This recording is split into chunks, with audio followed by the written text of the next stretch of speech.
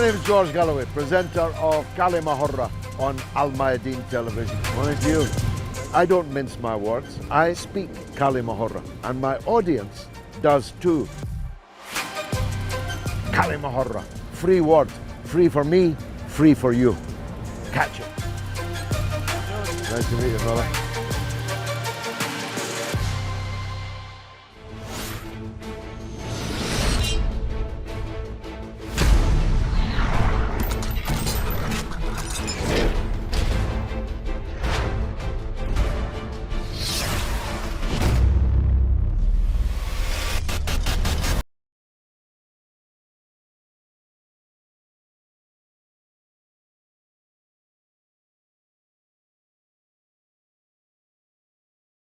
Welcome to كلمة with me, George Galloway, on الميادين television, coming to you from London, but discussing China and the Arab world. That the tectonic plates are shifting is scarcely debatable any longer in the world. With every military setback on the Ukrainian front, with every sign that the sanctions against Russia have miserably failed, in fact worse than failed, with the ruble as the best performing currency of 2022, it's scarcely debatable that the plates are shifting, and not just on the Russian-Ukraine issue.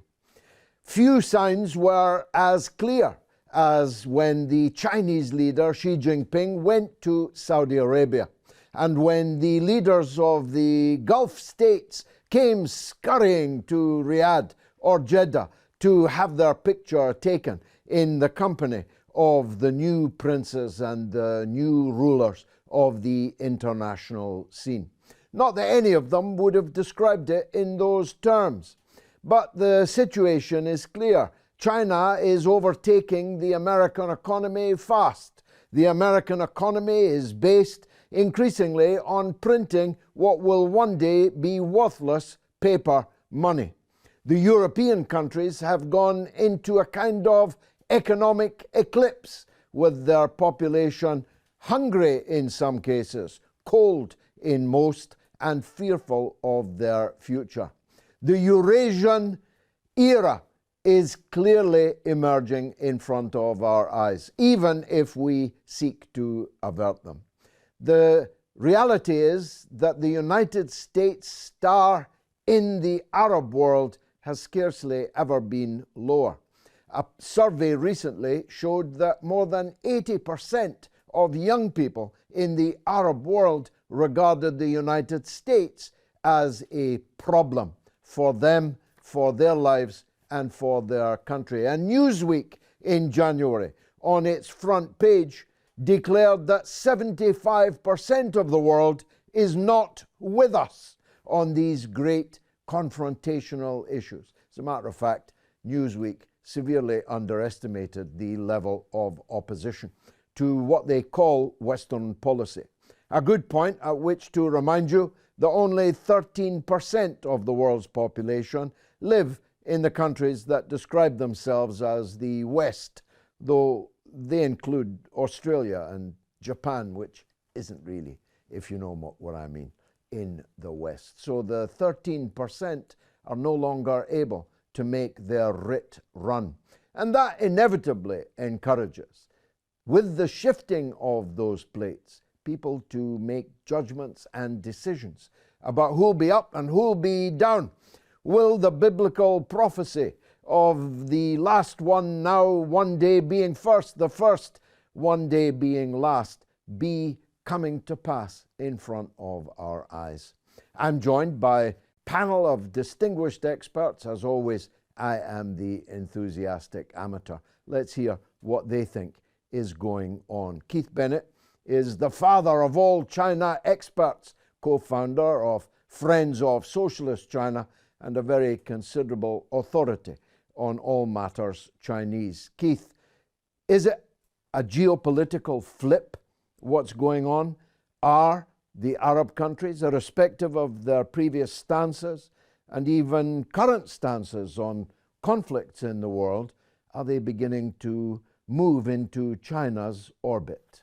Well, I think there's really a sea change in China's relations with the Arab world. I think I qualify it in two ways. One, many people present when there are dealings between China and the Arab countries, or China and Africa, for example, as something that began yesterday. It didn't begin yesterday. It has a long history. I mean, it has a long history in ancient history of the Silk Roads and so on, but it has a long history in the People's Republic of China's diplomacy. And within that, Saudi Arabia and China established diplomatic relations back in 1990, but that's a fair time ago for quite a lot of people. But it's comparatively recent in that I'm pretty certain that Saudi Arabia was the very last Arab country to establish relations with China. So it's interesting to see them taking this initiative now. And I also think that perhaps, if I can put it this way, people like ourselves have a tendency to count the United States out. And the United States, I think, is strategically on the way down, but it's resilient. They're not going to give up their place without a fight. And the Saudis, I think, still have a lot invested in the US relationship. But nevertheless, it's a really significant turn. And as you said, they basically all came running. There was there was a state visit to Saudi Arabia.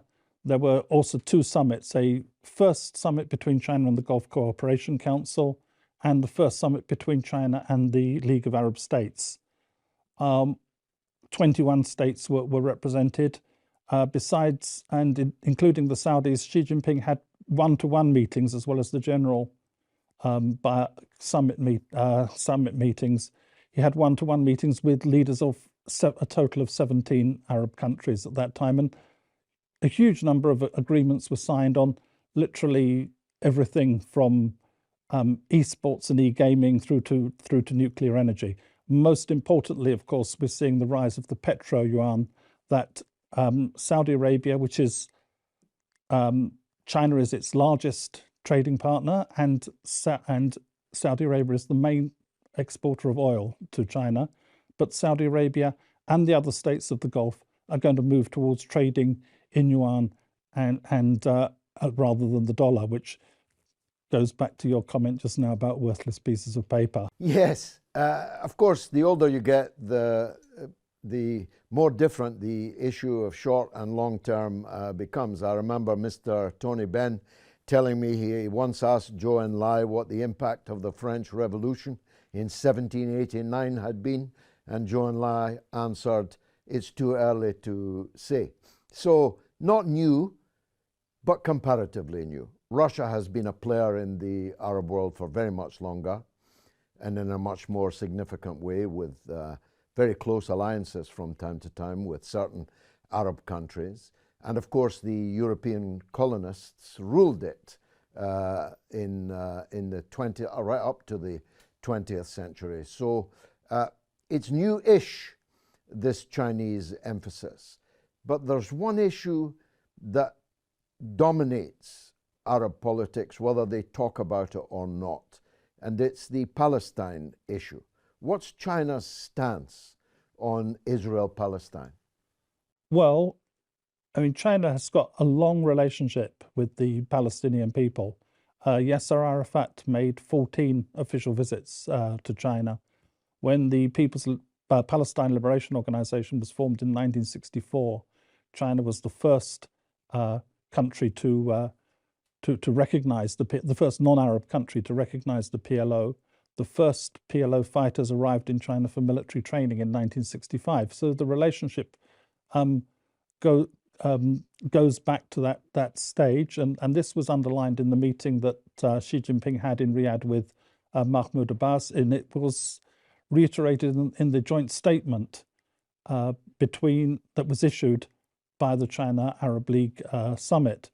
And specifically, Xi Jinping also referred to it in his speech when he said that the rights of a nation cannot be traded away, that the historical injustices done to the Palestinian people have to be overcome, and that China maintains a consistent support for the founding of an independent Palestinian state. Interesting. Joseph Robertson, you're the strategic director of the Orthodox Conservatives group in the United Kingdom, and always a welcome guest on Kلمة.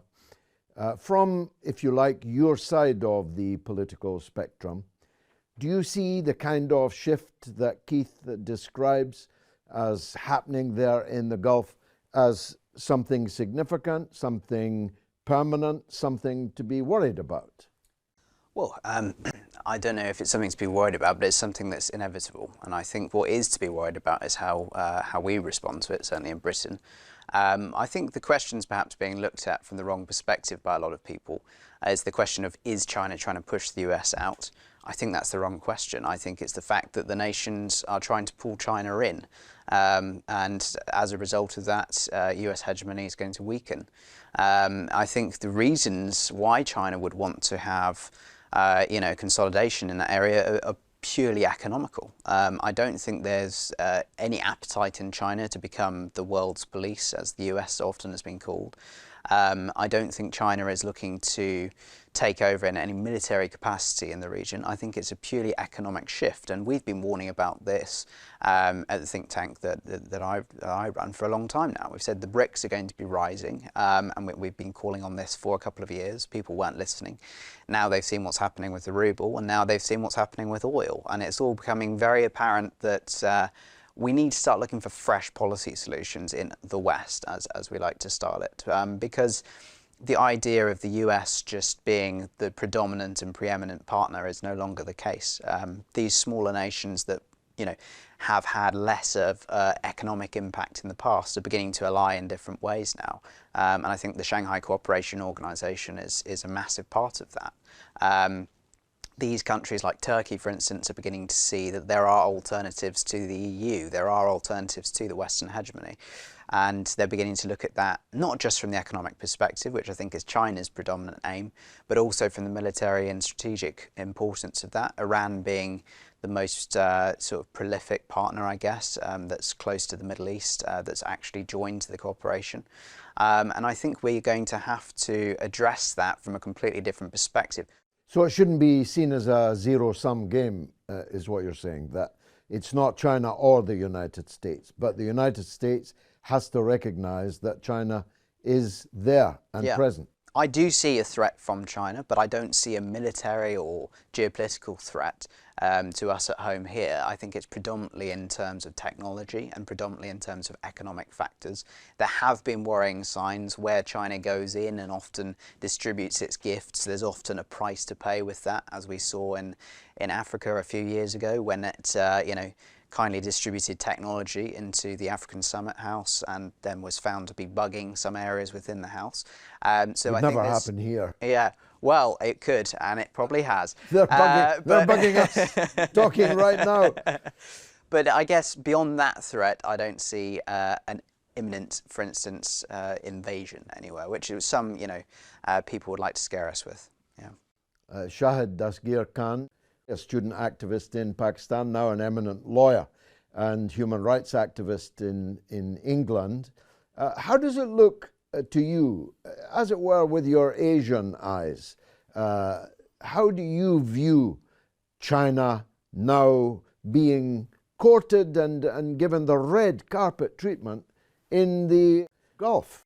That is not surprising at all.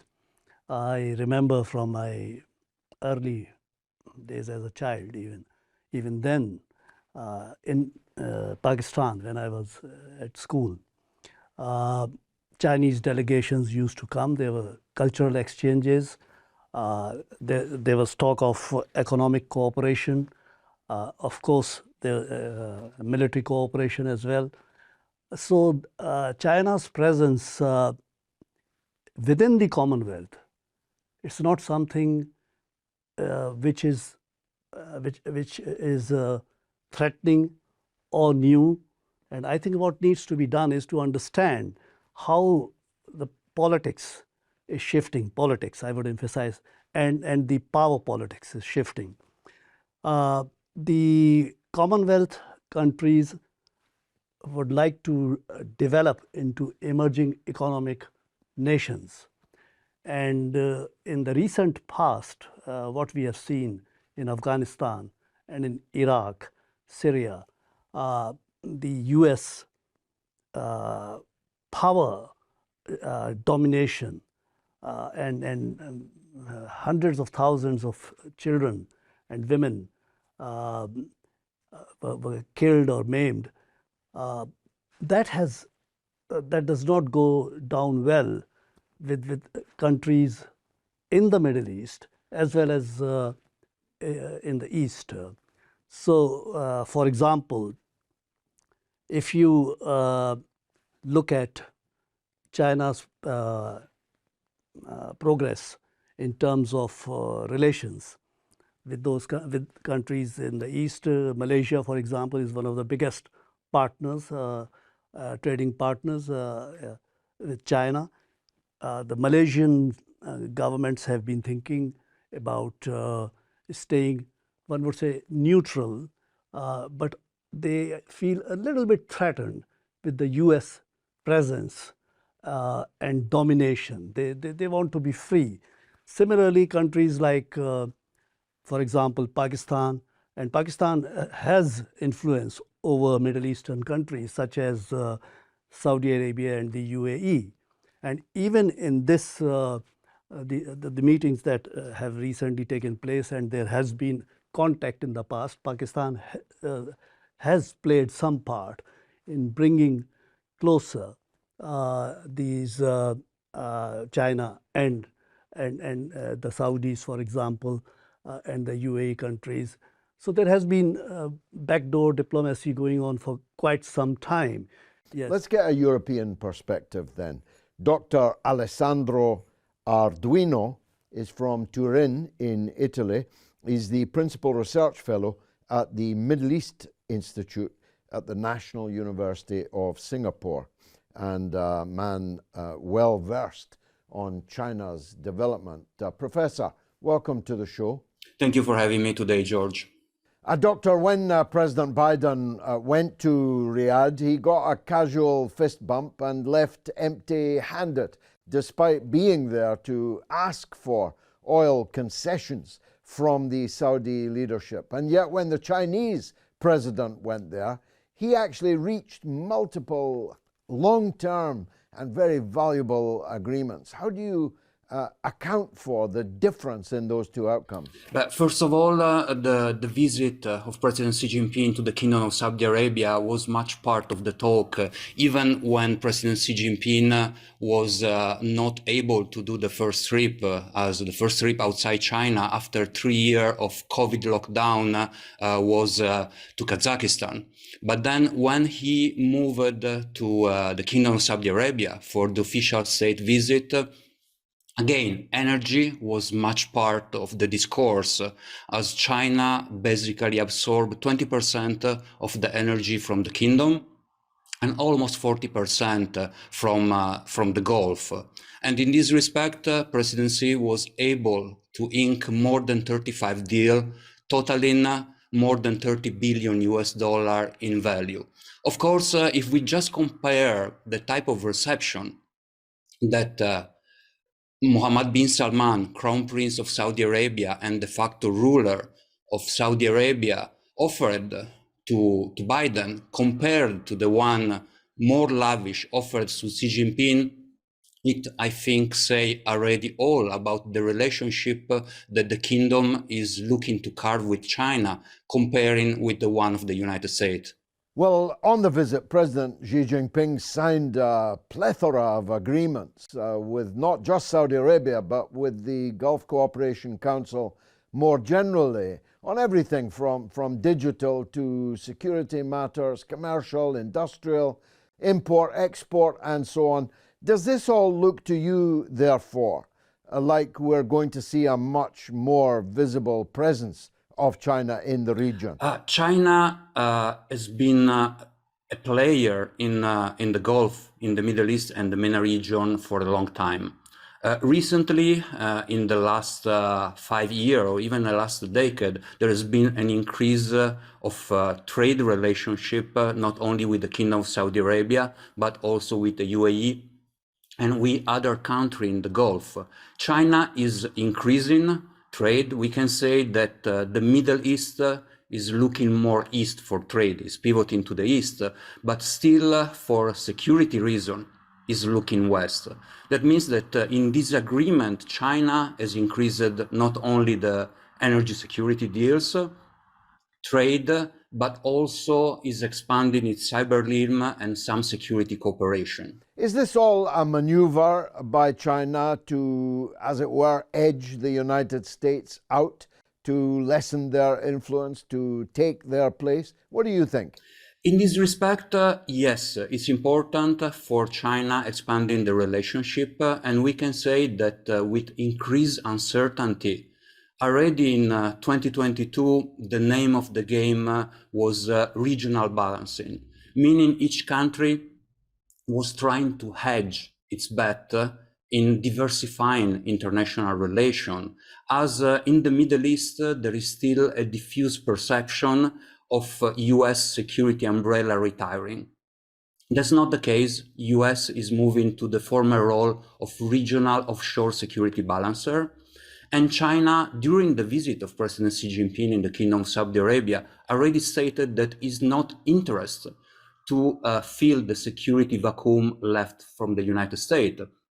In my personal opinion, that's not the case. I mean, it's not only China is not willing to be a security provider in the region like the US, but is not also capable or doing the same thing that the US is doing. So there is an increase of material transfer, military hardware transfer between China and the Kingdom of Saudi Arabia, but this is not going to be a game changer. And again, as I just mentioned, it's not news. China was already supplying ballistic missile, if I recall correct, the Dongfeng 3 in the 80s, and now is increasing cooperation on ballistic missile, but especially on combat drones.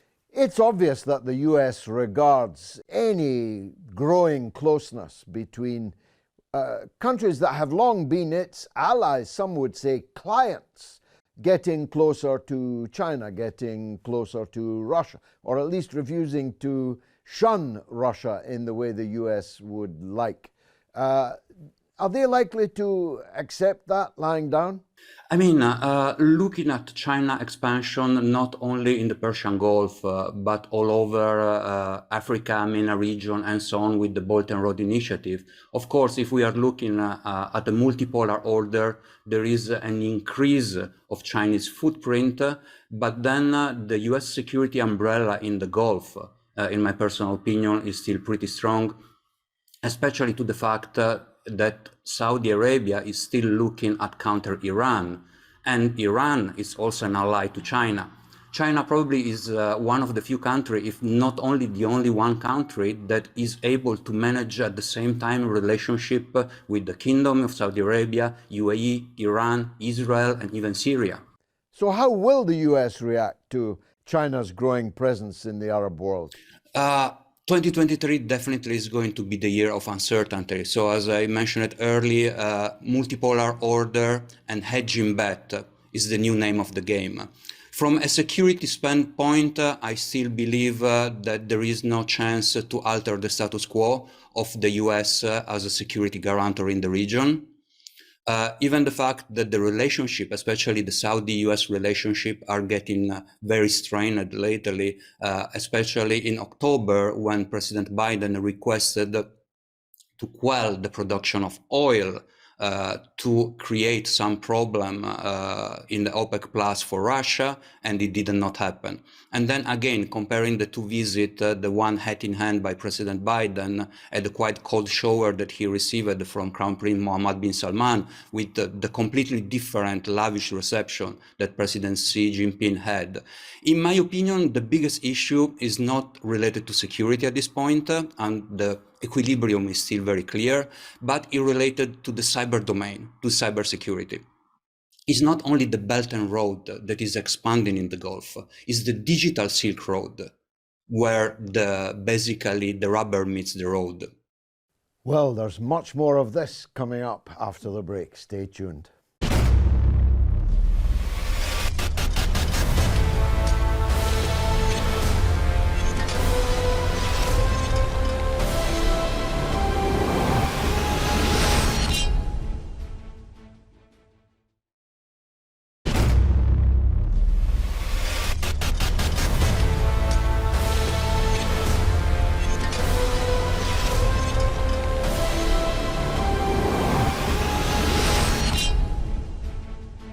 You're watching كلمة with me, George Galloway, on الميادين television, coming from London, talking about China and the Middle East in particular.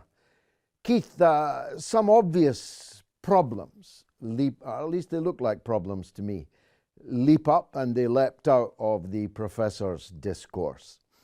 How necessarily is it possible to be a friend of Saudi Arabia and of Iran if they are at daggers drawn and might at any stage break into fighting each other?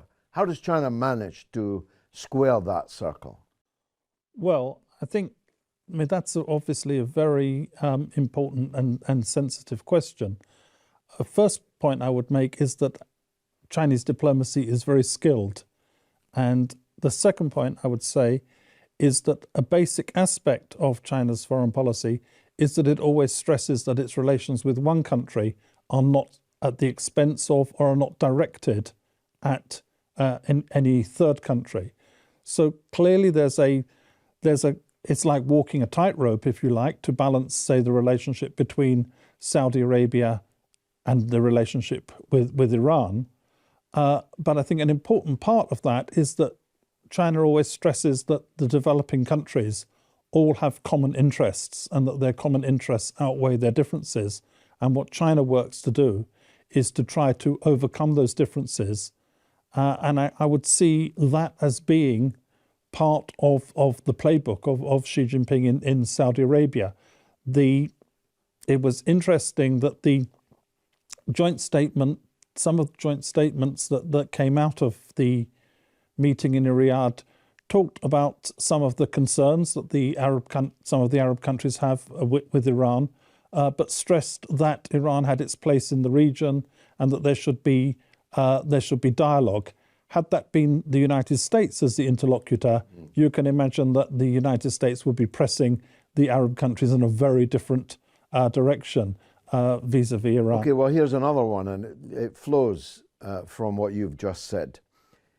We wish him long life, but the king of Saudi Arabia will die, as we all will, and MBS will be the king of Saudi Arabia, the same MBS that the US president described as a pariah, and whose fist bump spoke very, very voluminous.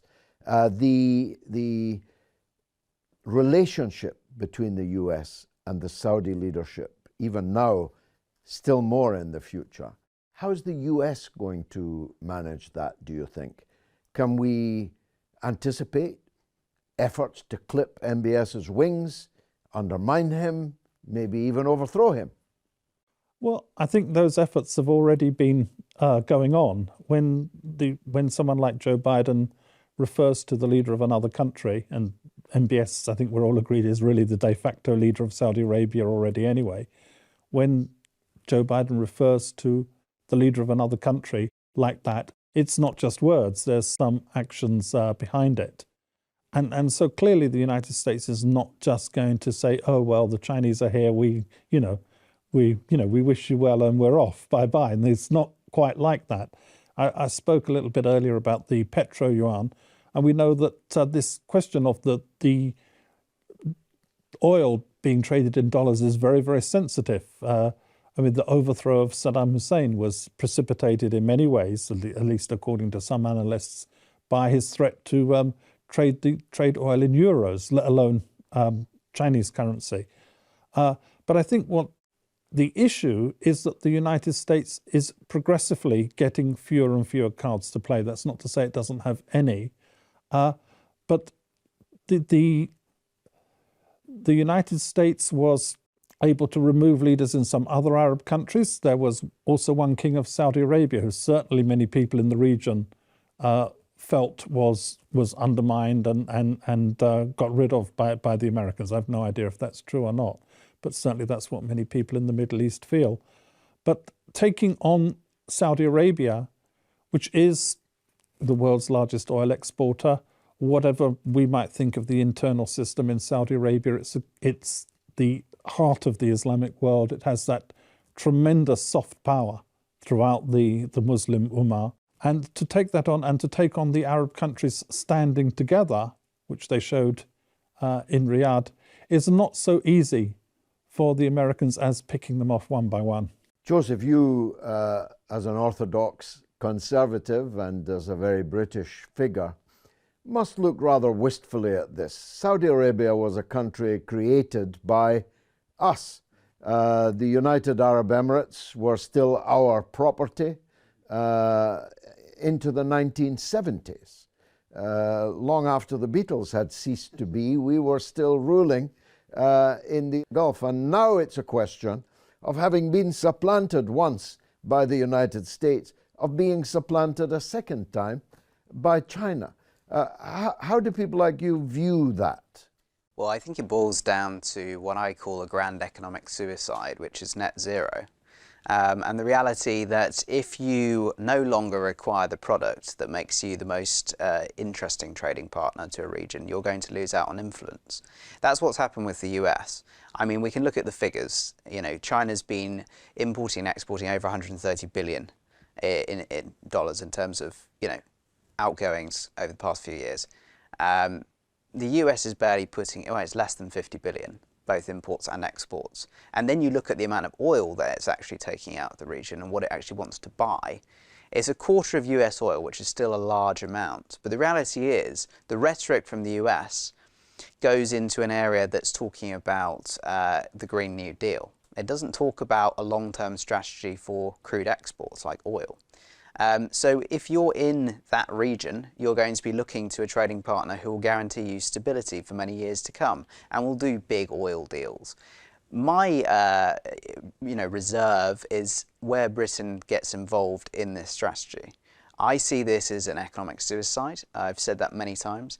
I believe that if we don't get back to the reality of needing oil to make the world tick, at least in the short term, we're going to fall in the same trap as the US. We're going to lose out on deals that we could otherwise secure because we'll be less interesting to regions like those. And that's kind of it in a nutshell, I think. Shahid, the US and indeed Britain and other Europeans have invested vast sums in trying to persuade people that Muslims are somehow oppressed in China, when all the evidence is the opposite. Growth in population, growth in the number of mosques, of worshippers, and so on. It doesn't seem that the so-called Uyghur genocide has much traction where the Muslims are and where Islam emerged in the land of the Prophet. Yes, I would agree with that. And again, I look at it as something which is more in the nature of a propaganda rather than a ground reality. And if you look at China's relations, which Keith very clearly touched upon very properly, in terms of their diplomatic skills, the Muslim countries, particularly those in the Middle East, are very sensitive, very clear about their religious beliefs, etc. And China has, and Saudi Arabia, for example, has always been taken on board, is aware the UAE, including Pakistan, etc. Pakistan is a very close ally of China. So if there was something really seriously going on wrong there with the Uyghur population, Muslim population, there would have been voices coming out. That is not the case. Secondly, I think what we were discussing, I just wish to make a point about recent developments and why these countries in the Middle East and Africa, including countries like Zimbabwe, South Africa, and are moving towards China. The reason is that, which I touched upon earlier as well, that they feel somewhat threatened with the power of the United States. Let's get a Chinese perspective. Dr. Einar Tangen is in Beijing. He's a political and economics affairs commentator, a regular contributor to Chinese television and major networks in the world. Dr. Anar, welcome back to the show. Oh, my pleasure. Well, President Biden left empty-handed with only a fist bump to remember on his visit last year to Riyadh. But President Xi Jinping signed multiple agreements. Was this difference in the reception in Saudi Arabia expected by people? Well, from everyone except people in Washington, quite frankly, it's the difference between a customer and a competitor. China gets about 70% of its oil from outside of China, imports. About 15% of that is supplied by Saudi Arabia.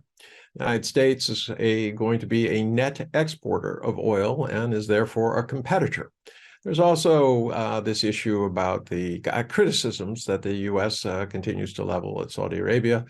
Biden, for some reason thought that the MBS was going to do him a favor by announcing the oil numbers reduction after the midterms. And he was furious that MBS hadn't done so. But the first time he met him, he refused to shake his hand. He's called him all sorts of names. The visit that he made with MBS did not result in any breakthroughs. And there's a lot of lecturing and telling, the Saudis what they should and shouldn't do, and what they should do about Russia and how they should stay away from China.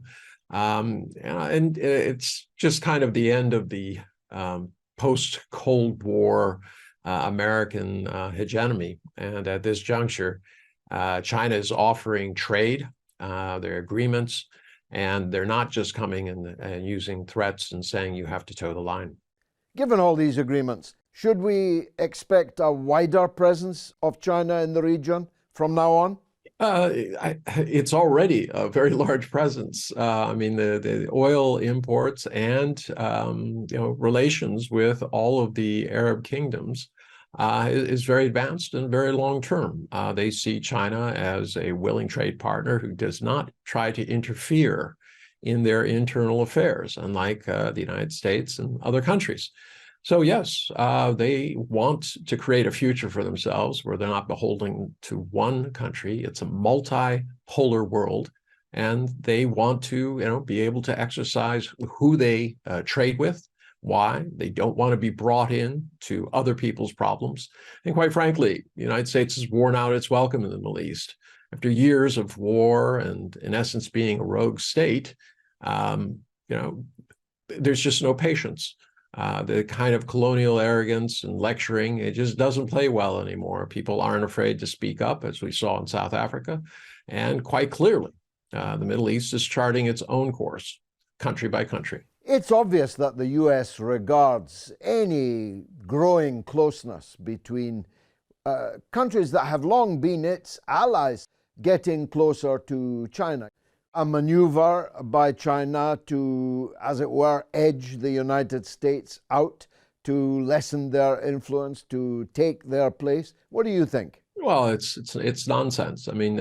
China is not coming in there with any kind of ideological, boots on the ground saying you have to do this, that, or the other thing. That's the whole point.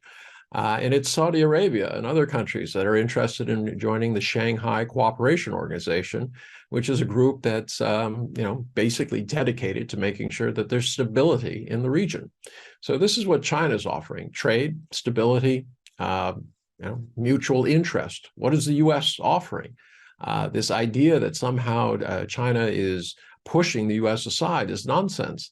The U.S. has left a vacuum. It's become a competitor with the Middle East. And now they're saying that, despite the fact that we're your competitor, we don't want you to play with anybody else.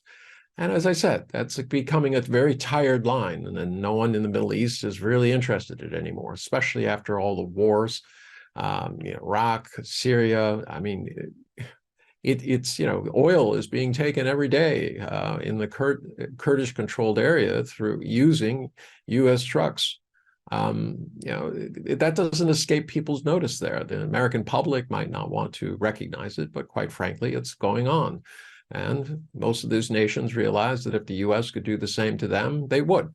Do you think there'll be any US reaction to the fact that it seems to be beginning to all go wrong for them in the region? Well, keep in mind that US reaction is based on American exceptionalism, this idea that the US must be in control of the world and that it must put put every country into a cookie cutter, which is democratic, liberal, and capitalistic, regardless of whether it fits the culture or what the people want themselves.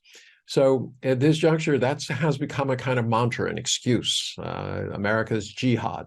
Where they say that we have to impose that, and in order to do that, we need to maintain absolute king of the hill status, and that means not allowing any other country to rise. And right now, it's China. In the 70s, it was Japan. So it's quite clear what the pattern is in terms of what Washington's going to do. More of the same, threats, going back on treaties. In essence, telling countries you have to choose, it's us or them, and trying, as they have in the past, to interfere in the affairs of these countries in order to promote what they believe is their just agenda. How does China square the circle about the antipathies that exist between countries in that region? For example, Saudi Arabia and Iran. How do you stay friends with both? Well, I mean, each of those countries would like China to side with them, but China is not going to do so. As you can see with the Ukrainian situation, China is not siding with anybody. They had very good relations with Ukraine. There was nothing wrong. They were relying on it as a vital piece of the Belt and Road Initiative. But they're not going to be dragged into any war or any confrontation. What they're trying to promote is peace. They want regional stability. What they offer is trade, mutually beneficial trade. And countries can take it or leave it, but it's not going to be at the cost of dragging China into their affairs. There's no plus for anybody. China taking a side, as the US has done in the past, would not change anything. The issues in the Middle East have to be decided in the Middle East, not by powers in Washington, Beijing, Moscow, or anywhere else. And this should be the lesson that we have learned from Afghanistan, from all of these places where war was used as a pretext to steamroll these countries, but didn't work. Keith, it is a remarkable situation. When the Chinese leaders go to countries, they talk about those countries and China. When the US leaders go to countries, they also talk about China and those countries. China on my mind, as the song once said. The disturbing paranoia about the US in relation to China's growing footprint doesn't augur well, really, does it? Well, it doesn't augur well for the prospects of peace and stability, and I mean this is really the whole new Cold War, which the United States, joined by some other Western powers, including Britain, are promoting against China, but also against Russia, against Iran, against some other countries. But I think that this will actually impel the developing countries to join more closely together. And I think that's exactly what's happened in Riyadh. And as we heard from the Chinese professor, he referred to Saudi Arabia's interest in joining the Shanghai Cooperation Organization. Just before the summit in Riyadh, Qatar was admitted as an observer to the Shanghai Cooperation Organization. One of the interesting things is that Iran has become recently a full member of the Shanghai Cooperation Organization. Saudi Arabia is expressed an interest to join. Both the BRICS mechanism, which presently links Brazil, Russia, India, China, and South Africa, which is going to become much more effective again with the return of Lula in Brazil. But the US policy will inevitably backfire in that. It's what Mao called lifting a rock only to drop it on your own feet. I know that saying. I've used it a few times now myself. Joseph, Keith and I hope will still be here in 10 years, but we can't guarantee it. Still less 20. There's a very good chance you will be What picture do you think you'll be looking at then? Will Saudi Arabia and the Persian Gulf countries be in the BRICS, be in the Shanghai?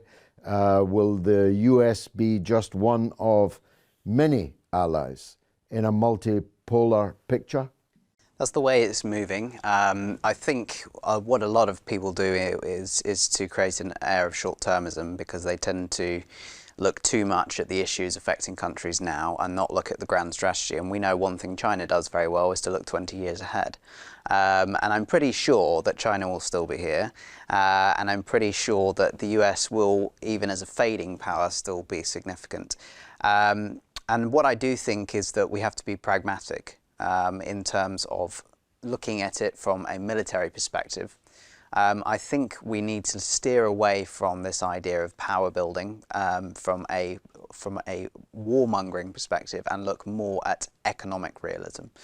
I think energy is going to be the key focus for the next 20 years. It's not going to change. One thing I'd say, perhaps in response to a point you made earlier about the Uyghur genocide and the possibility of propaganda coming out from there. I think that's a very real thing that's happening in China. I think that there are some persecutions going on against people who don't fit a certain mould, and I don't think it's to do with religion. I think it's to do with people who perhaps don't reflect the model of what the state wants for them. And people here see that as, a massive issue, and I do too. But I would also say that the two-edged sword is that the liberal hegemony does exactly the same thing to many people. Well, I was just about to say, I've just had a text from Julian Assange in Belmarsh jail. Yeah, and it may not be a visible, bloody, genocide that we're talking about. But look at what's happening in Yemen, and suddenly you do have something that's more tangible. And I think that's where we have to be very careful with, as I said, short-termism. I will always call out the Chinese for any atrocities they commit. Equally, I will call out people who are doing the same in other countries. And I think that's what people have to, get beyond the nuance of at this stage. We have to call out our dirty laundry, but also look at where the real issues lie. And for me, the number one issue right now is energy and how the world is going to fuel itself for the next 20 years without causing a war. Well, Chairman Mao was wrong when he described the United States as a paper tiger back in the 1960s. It's not even a paper tiger now, 60 years later. But it is an old tiger, and it's lost quite a few of its teeth, and there are younger, leaner, and more attractive, frankly, tigers out there in the forest, and they are to be seen increasingly on the Middle Eastern stage. When viewed by the local population, there's no doubt which tigers are to be preferred. And when their leaders, including some of the most conservative leaders on the earth, who have the most invested in the relationship with the United States, who have been most reliant on the United States for their security and protection and power in their own country, when they are reduced to casual fist bumps for the President of the United States and a red carpet welcome for the President of China, you can be clear that everything is changing.